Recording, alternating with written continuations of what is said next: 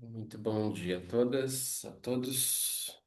Vamos dar continuidade ao estudo da Bhagavad Gita, capítulo 7. Estamos aqui mais ou menos no meio deste capítulo, onde Krishna acaba de apresentar o tema das pessoas que se sentem inclinadas a aproximar-se dele, né, e as pessoas que se inclinam a distanciar-se dele. Né? Então, esse foi o tema que a gente acabou de ver na aula passada. Né? Então, Krishna, todo esse capítulo, né, e esse sexteto que a gente está entrando, ele vai falar muito sobre essa relação da pessoa com Deus. Né? Esse é o tema principal. Um pouquinho diferente dos seis primeiros sextetos, que trata muito sobre o dever da pessoa para com o mundo, para com a sociedade e trata a respeito da realização do Atma, ou seja, a pessoa chegar ao entendimento de que ela tem como sua natureza fundamental a, a natureza de ser Atma, né? Ou energia espiritual. Esse acabou sendo o tema principal dos seis primeiros capítulos.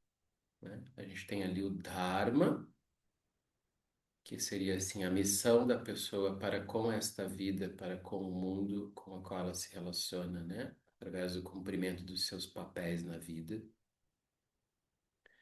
E a gente tem esse aspecto de jnana, onde o foco, né, é a pessoa descobrir quem ela é, reconhecer-se, né, na sua essência espiritual.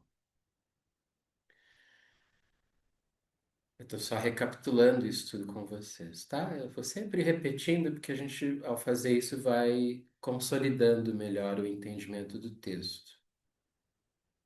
Então, agora, nesses próximos seis capítulos, iniciando aqui com o 7, indo até o 12, o foco principal do texto, ele passa para a descrição da natureza de Deus, para como é possível ao ser humano conhecer Deus e se relacionar com Deus. Então, vocês viram que aqui nesse capítulo 7, Krishna, ele começa dizendo para o Arjuna que ele vai mostrar para o Arjuna como ele, enquanto um ser humano, pode conhecer Krishna, né? Krishna enquanto sendo esse todo absoluto, né? E ele começa se descrevendo, né? Então, o próprio Krishna diz que uma parte do meu eu é esse mundo que a gente habita e conhece através do corpo, dos sentidos e da mente, né? Toda essa natureza material é Krishna. Ela é uma parte da natureza de Deus, né? Krishna se declara ali diretamente, né? Eu sou a terra, a água, o fogo, o ar, o espaço, o princípio da mente, do intelecto, todos os elementos que constituem a natureza. Ao mesmo tempo, ele diz: Mas eu também sou esta outra instância, né, que é Jivatma, a pura energia espiritual que habita essa natureza material, dando vida para esta natureza material. E aí eu destaquei para vocês que o hinduísmo, deste ponto de vista, né, da maneira como ele é apresentado aqui na Bhagavad Gita, ele é uma síntese entre o panteísmo, né, que é essa visão de Deus na natureza, Deus como sendo a natureza, e o que a gente chamaria de puramente teísmo, né, que é a ideia de um Deus transcendente, né? Então, eu falei para vocês, Deus imanente, Deus transcendente. Então, o hinduísmo, ou a filosofia védica, ela faz uma síntese, ela é uma conciliação desses dois pontos, né? A gente tem Deus tanto sendo imanente quanto sendo transcendente, tudo ao mesmo tempo. Essa formulação, ela acabou recebendo, né, um nome, né? Isso é mais recente, isso vem de um filósofo do século XIX. Ele formula o termo que até a nossa colega aqui numa aula anterior destacou, né, que é o panenteísmo. Panenteísmo, né? Então, a ideia de que o mundo, a natureza, é Deus, mas Deus não se limita ao mundo ou à natureza. Deus é uma instância maior ainda do que o mundo e a natureza, né? Então, a natureza é Deus, mas ela é em Deus, né? Deus é ainda algo maior, transcendente. Bom, então isso eu estou fazendo um resumo aqui do que a gente percorreu nesse capítulo 7 até chegar no ponto onde Krishna descreve, né, a maneira como as pessoas elas se dirigem a Deus ou se afastam de Deus, né? Ele inclusive coloca ali a presença daquela energia, né, que ele chama de Maya. Então, Maya é essa espécie de encanto que o mundo material exerce sobre as consciências, fazendo com que as consciências se prendam, né, às coisas pequenas da vida cotidiana e se esqueçam, né, de alcançar essa visão macro do todo, né, essa visão de Deus, né? Então fica essa visão limitada das coisas pequenas da vida. E por conta dessa maia, né, Krishna explica, principalmente por conta dessa maia, as pessoas elas se afastam de Deus, elas perdem Deus dentro da sua perspectiva, né? No entanto, Krishna diz que as pessoas que se dedicam de alguma forma, tá, à prática do bem, ele destaca ali, né, a ideia de sukritina, né, a ideia de praticar diferentes tipos de bondade, de piedade, né?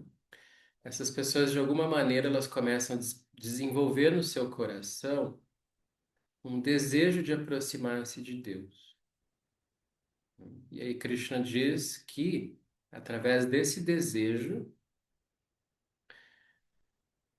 vai surgindo, né, uma capacidade de entregar-se a Deus, render-se a Deus.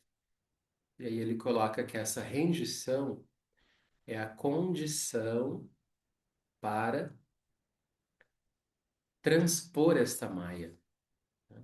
Transpor esse inebriamento, né, que a natureza material causa sobre a nossa consciência.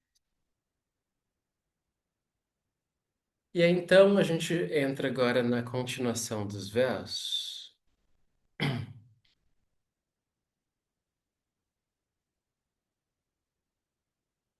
Então, Krishna, depois de descrever ali aquelas classes de pessoas que estão se afastando e as que estão se aproximando, lembra que ele enaltece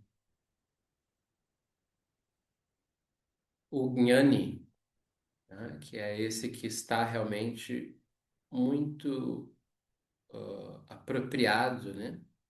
Da sua prática, da sua realização espiritual ali na vida. Krishna, ele diz que esse Gnani, ele é muito querido por ele, porque para esse Gnani, Krishna, né, ou o Absoluto, é muito querido e desejado por ele. E aí Krishna ele diz assim, né, que esse foi o verso onde a gente parou no 18, né?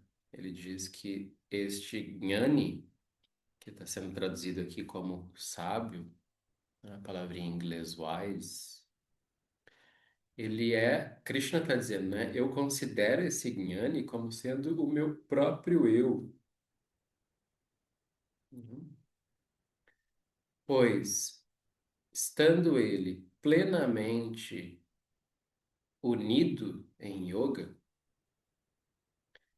ele se devota exclusivamente a mim como seu mais alto propósito.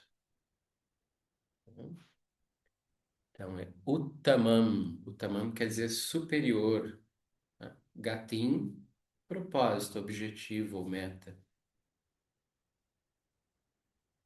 Né? Aqui no inglês a gente tem o highest goal, né? Mas não é gol de futebol, tá? Não pensem na Copa, né? Então, goal é uma palavra em inglês que indica essa ideia de um propósito, um objetivo, né? O termo em sânscrito aqui é gatim. Então, esse sábio, ele coloca Deus como sendo o grande objetivo. Eu me lembro de uma passagem na autobiografia do Jung. Como vocês sabem, né? O meu lado psicólogo, eu tenho uma relação, assim, muito afetiva com o Jung, né? Eu gosto muito da obra dele. E na autobiografia dele, ele começa já o texto dizendo que toda a história da vida dele se resumia a uma busca por Deus. Ele diz assim que a minha vida toda ela orbitou em torno de Deus, assim como os astros orbitam em torno do Sol. Ele traz essa imagem, né? Que toda a teoria psicológica que ele criou, todo o entendimento ali, né? Sobre o ser humano, sobre o sofrimento humano, sobre a cura do sofrimento. Tinha sempre como pano de fundo essa temática, né? Da integração do ser humano com Deus.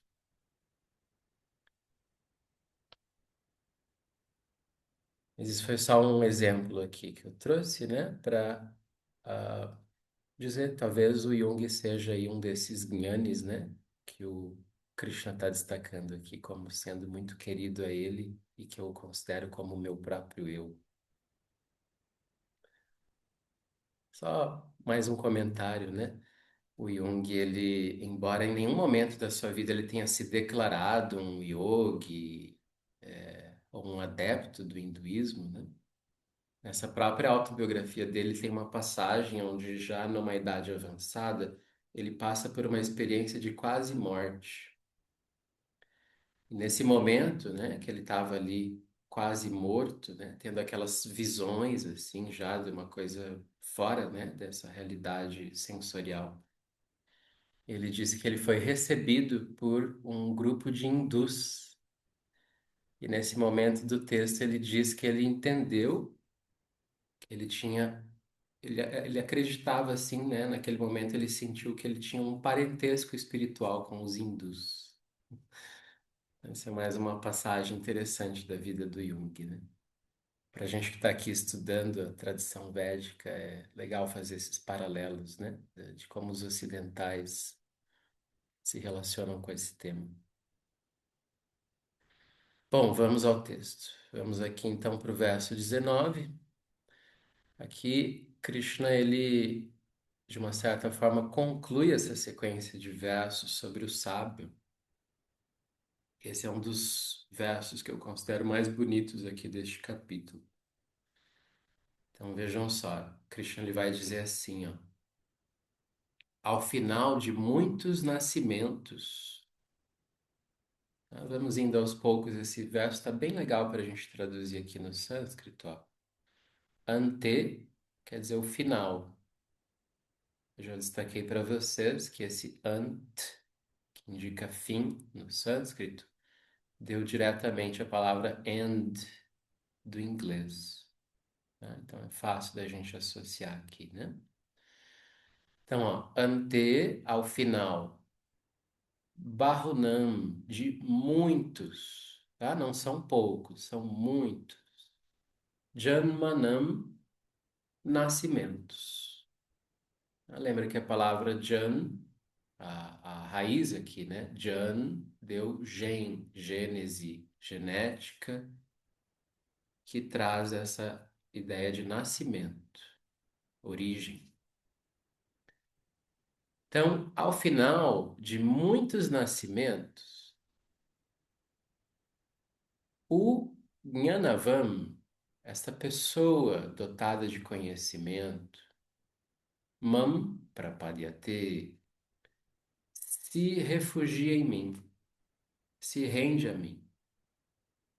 Né? Essa palavrinha aqui já apareceu em outras passagens, né? Esse prapadyate.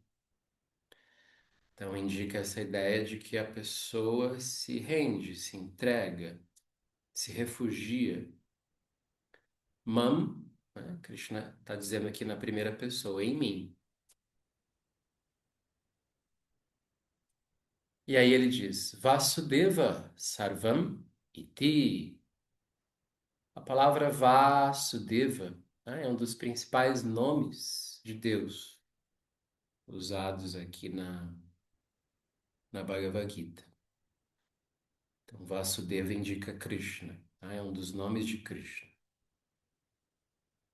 Sarvam quer dizer tudo. E essa palavrinha iti, né, ela indica uma ideia que na nossa língua a gente acaba apresentando quando a gente coloca as coisas entre aspas, tá? Quando a gente quer destacar uma sentença, né? Então, Vasudeva Sarvamiti, ele quer dizer assim, que esse sábio que se rende a ele considera Vasudeva, né? Considera Deus como sendo tudo. Então, Vasudeva é tudo. E aí ele diz, Samahatma Sudurlabha. Esta grande alma, né? Maha, grande, Atma, alma, Sudurlabha. É difícil de encontrar, ou seja, é uma pessoa rara. Hum. Raramente a gente vai encontrar essa pessoa neste mundo, né? Essa pessoa que depois de muitos e muitos nascimentos, tá? Que de novo, né, Krishna faz alusão a esse preceito védico de que nós temos muitas vidas e não apenas essa vida. Então, depois de muitas vidas, a pessoa alcançou uma maturidade espiritual que faz com que ela reconheça: Deus é tudo, né? E essa pessoa então se entrega incondicionalmente a Deus. Porém, tal pessoa é muito rara de ser encontrada, né? A gente não encontra facilmente esse tipo de pessoa no mundo. Até porque, dentro da visão védica, esse tipo de pessoa não vai ficar mais muito tempo por aqui. Então, depois de concluir essa fala a respeito do Gnani, né, desse sábio, né, esse que é, digamos assim, é o que está mais próximo de Deus, Krishna volta agora apresentando outras formas de devoção que são mais comuns da gente perceber na humanidade, né? E aqui a gente vai entrar num outro tema importante, né? Dentro da cultura védica, assim como eu destaquei para vocês que existe essa síntese entre panteísmo e teísmo, né? Ou vamos colocar assim, né? Monoteísmo e politeísmo. Krishna vai falar aqui agora sobre esse conceito dos devas, que são os muitos deuses, né? E que, na verdade, a melhor forma da gente traduzir aqui a palavra é deva, né? A gente nem traduz geralmente como deuses, a gente costuma traduzir como semideuses. Por quê? Porque se os Vedas fossem exclusivamente politeístas, a gente poderia chamar esses muitos deuses de deuses.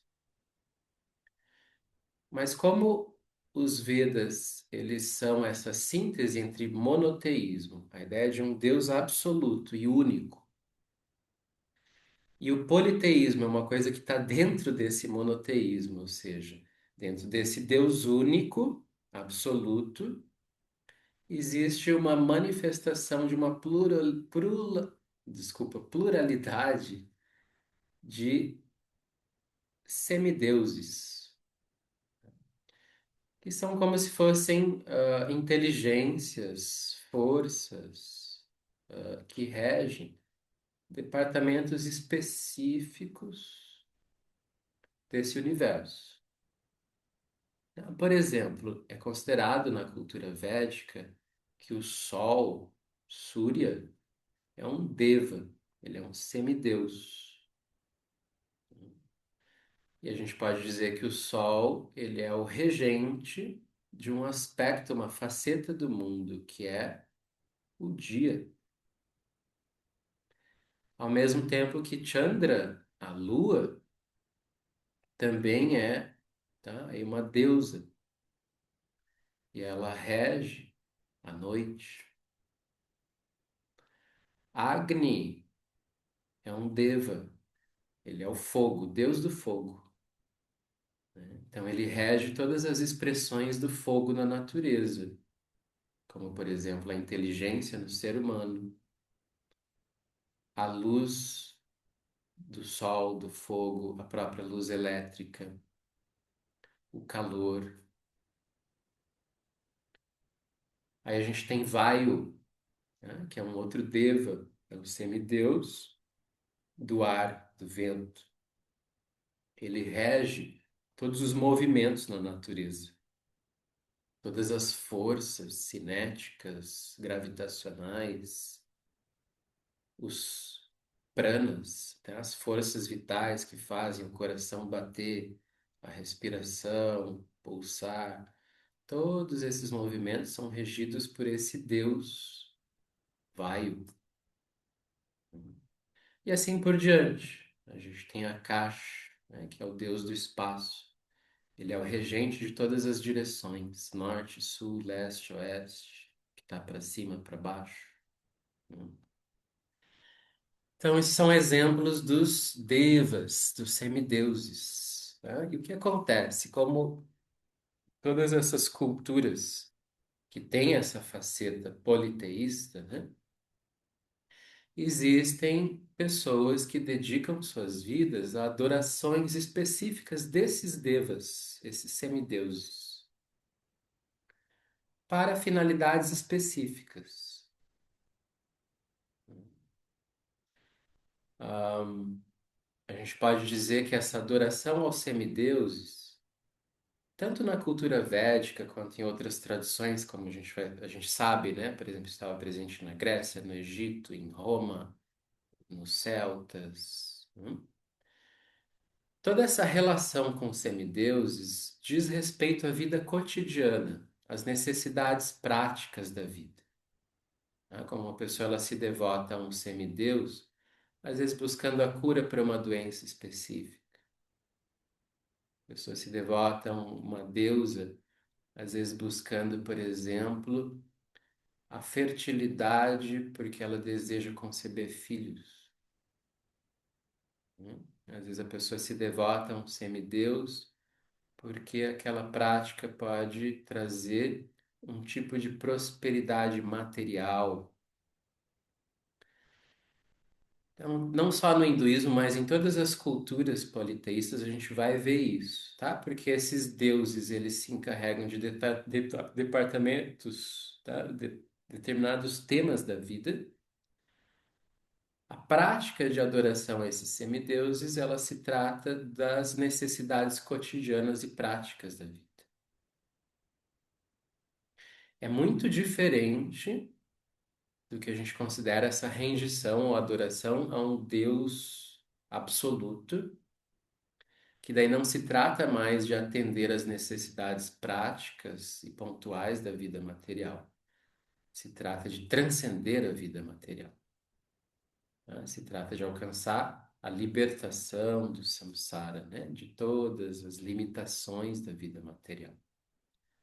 Essa é a grande diferença, né, entre a devoção aos deuses ou semideuses e a devoção ao Deus absoluto. E é isso que Krishna vai apresentar aqui nesses versos, tá? Eu não vou me estender muito, esses versos a gente pode olhar, porque eu já expliquei isso agora para vocês, a gente pode olhar para esses versos com esse entendimento.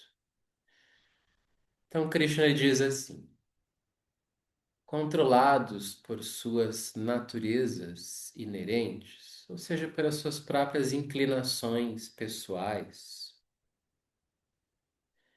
e desprovidos de conhecimento. Tá? Lembra que é o termo que ele já tinha usado lá atrás, ó, aquele aparita gnana, né? Quando o conhecimento ele é limitado por Maya. Aqui ele diz, né? Desprovido de conhecimento devido aos seus vários desejos mundanos.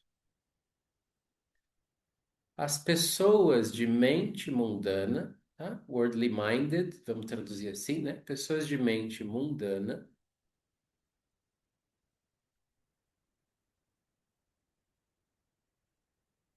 elas se devotam a outros deuses, observando várias disciplinas.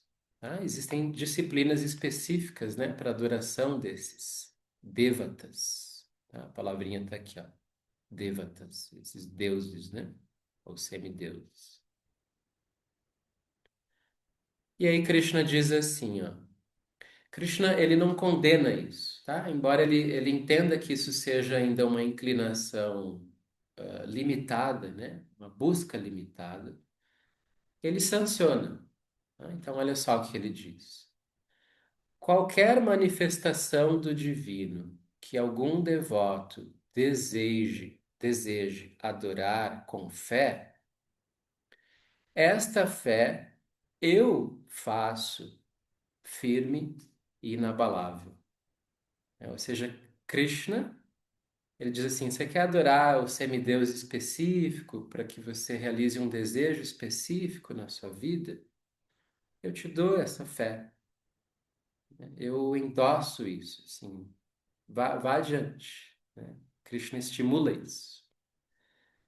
Tá? Ele não é aquele Deus que às vezes a gente vê um pouco mais ali, né? Por exemplo, nas narrativas semíticas, por exemplo, no Velho Testamento, né? Esse Deus absoluto, ele se rebela, né? Contra a idolatria aos deuses, né? E ele meio que assim condena essa idolatria, né? Aqui Krishna não faz isso, ele não compete com os deuses, né? Ele diz, quer adorar esses deuses, esses semideuses, né, menores?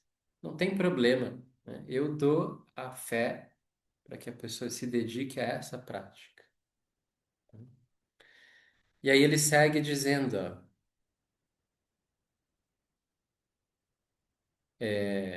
imbuídos, né, desta fé, a pessoa se engaja na adoração desta manifestação particular, ou seja, nesse semideus específico, e assim ela obtém os objetos desejados desta adoração. E olha só o que ele diz: que são, no fundo, concedidos por mim apenas. Né? Ou seja, aquilo que o semideus é capaz de oferecer para a pessoa, na verdade está sendo concedido por Krishna. Não parece que aquilo está vindo do semideus, mas aquilo vem do absoluto. Né? E aí Krishna conclui dizendo assim: porém, a recompensa ganha por estas pessoas de conhecimento limitado é finita. Tá? Aqui é onde ele destaca o ponto, né? Eu falei para vocês que a adoração aos devas, elas são para obtenção de resultados práticos da vida cotidiana. E obviamente que tudo isso é finito, limitado, temporário. Isso não vai resolver exatamente, né, as minhas angústias existenciais.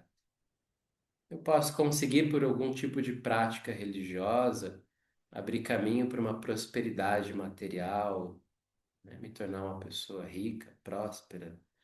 Eu posso, por uma prática religiosa, conseguir força, fama, saúde. Mas todos esses resultados são finitos. Isso vai ser varrido pelo tempo. e o envelhecimento, o adoecimento e a morte vai chegar de um jeito ou de outro. Então, Krishna diz que não vale a pena ficar gastando tanta energia em práticas espirituais de devoção a esses devas para obter coisas que são resultados limitados e finitos. Por isso ele diz aqui que essas pessoas, né, são pessoas de compreensão limitada. Por isso que elas ficam se dedicando a essas práticas espirituais menores. Hum. E aí então ele diz na sequência: estes adoradores dos devas, dos semideuses, irão a estes semideuses, mas os meus devotos virão a mim. Qual que é a diferença disso, tá? Como eu disse para vocês, ir para os semideuses significa permanecer no samsara, né? Eu vou continuar dentro dessa teia, né, de desejos mundanos, buscando resultados que são sempre finitos, limitados. Agora, essa outra passagem, né? Meus devotos virão a mim. O que que Krishna está dizendo com isso, né? Esse virão a mim, a natureza absoluta. Quer dizer, libertar-se do samsara, para resolver definitivamente todas as angústias e limitações da existência, né? Essa é a diferença entre uma prática e outra. Vamos só até esse ponto, então. A gente finaliza a nossa aula aqui. Comentários?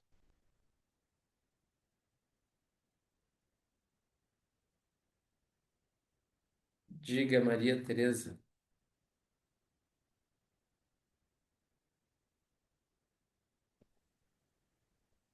Prof. É, você falou que essas pessoas que já atingiram essa capacidade de devoção, é, elas não vão aparecer muito aqui, não vão estar muito nesse mundo material. Mas uma pergunta aí é, o destino de todos nós é fazer esse caminho, né? Até chegar nisso, não? De uma certa forma, esse seria o anseio maior, né, de toda entidade viva. Aham. Mas não necessariamente o universo conspira para que todo mundo vá retilineamente nessa direção. A vida ela é mais complexa do que isso, né? Às vezes a gente vai ficar girando aí muito tempo para cima e para baixo na roda do samsara, né? Não é uma coisa assim tão garantida, né? Que tem uma força puxando todo mundo para cima para chegar nessa realização, né? Isso porque alguns talvez chegam antes, outros demoram mais. Aí é um mistério, aí uma complexidade maior desse universo que a gente, né, Uhum. não tem muito como entender isso, né? Mas diga, você ainda não completou a tua... Não, é porque o tempo todo o texto vai dizendo, ó, isso é muito difícil, ó, precisa de tal coisa. Aí hoje fala que assim, é muito raro ter aqui, eu entendo que seja muito raro ter aqui pessoas com esse grau de compreensão, esse estado de compreensão das coisas, vão preferir viver em outros mundos, vamos dizer assim, né? Eu fico aqui me debatendo um pouco com isso, né? Porque eu imagino que o destino, o caminho de todos os seres seja brilhar essa luz, né? Mas fico vendo o texto, me dá um pouco a impressão de que pode até ser, mas talvez seja muito demorado, né? Ou nem seja, não sei. É. Krishna ele dá essa deixa aqui, né, nesse verso que a gente viu primeiro hoje, ao final de muitos nascimentos, né? Então, esse Bahunam Janmanam Ante. Ele dá realmente essa ideia de que a gente precisa de um certo tempo nesse mundo, né? Colhendo experiências, amadurecendo, para poder realmente chegar nessa visão, né? De que, bom, agora já deu para mim, né? Ficar aqui nessa condição limitada, experienciando essas coisas finitas. Eu vou para essa rendição ao absoluto, né? Eu vou tentar realmente me unir ao absoluto. Então, chegar realmente nisso não é uma coisa simples, porque a gente tem muitos desejos de coisas que a gente ainda quer, né? Se a gente chegar assim para se a gente pegar fazer uma pesquisa, né? Aí você pega lá um grupo de 1.000 pessoas, entrevista essas 1.000 pessoas, né?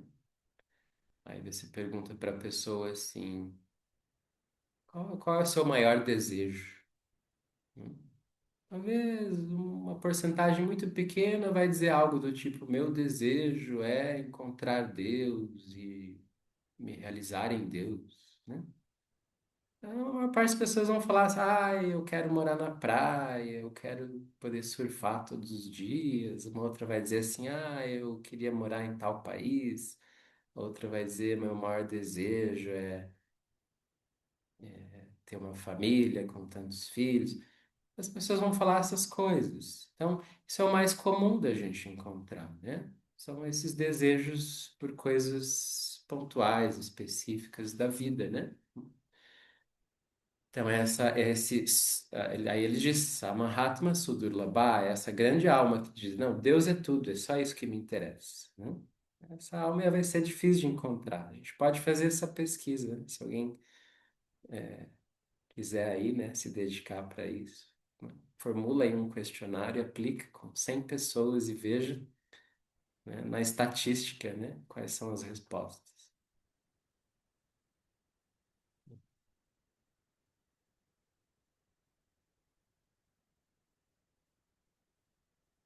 Mais alguma questão, gente?